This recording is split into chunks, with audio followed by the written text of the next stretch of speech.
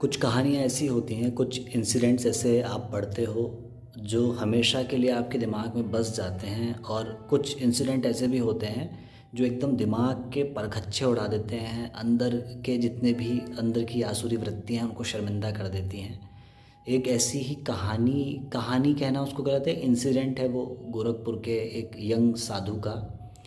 अक्सर जो साधु होते हैं वो अलख निरंजन बोलते हैं, एक अलख निरंजन, परमात्मा को अलख निरंजन कह के पुकारते हैं, और वो उसे सुप्रीम बीइंग कहते हैं। वो जो अभी अनटच्ड है, वो जो सबसे महान है, उसको वो अलख निरंजन कह के पुकारते हैं। तो एक साधु ऐसे ही अलख निरंजन का जप करते थे।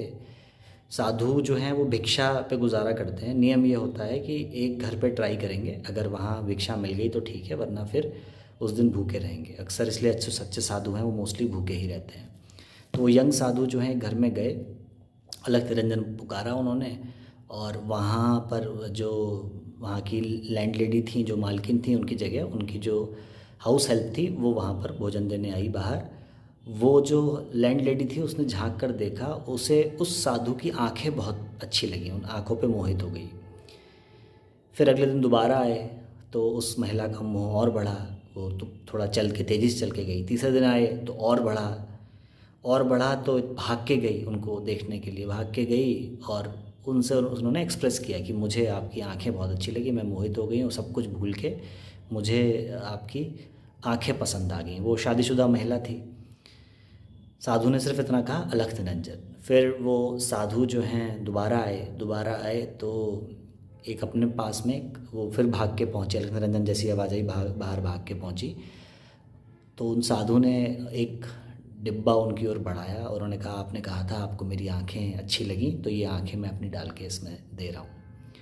उन महिला का दिमाग हिल गया, सब पूरा उसको कहानी को पढ़ के, इंसिडेंट को पढ़ के हमारा दिमाग हिल गया कि एक योगी, एक साधु कैसा होता है। जब भी हम कहते हैं कि हम साधक हैं, ये हैं, तो ऐसी कहानियाँ हमें सोचने में मजबूर करती है कि हम कहीं नहीं हैं। मतलब हम तो भयंकर आसुरी वृत्तियों में घिरे हुए हैं। तो ऐसे में ये कहानियाँ ऐसी है भारत की योग परंपरा, जहाँ पर मतलब अगर कोई अंतराय आता है तो व्यक्ति अपनी आँखें देने को तैयार है, अपने शरीर के अंग देने को तैयार है, पर उस अंतराय से अपनी साधना में विक्षेप लाने को तैयार नहीं है। तो उसी परंपरा पे हम लोग चलें, उसी परंपरा को आदर्श रूप में देखें और चलने की कोशिश करें। जो कुछ मन में दुर्भावनाएं हैं उनको दूर करने की कोशिश करें, यही साधना का मार्ग है। हर हर महादेव। अलख निरंजन।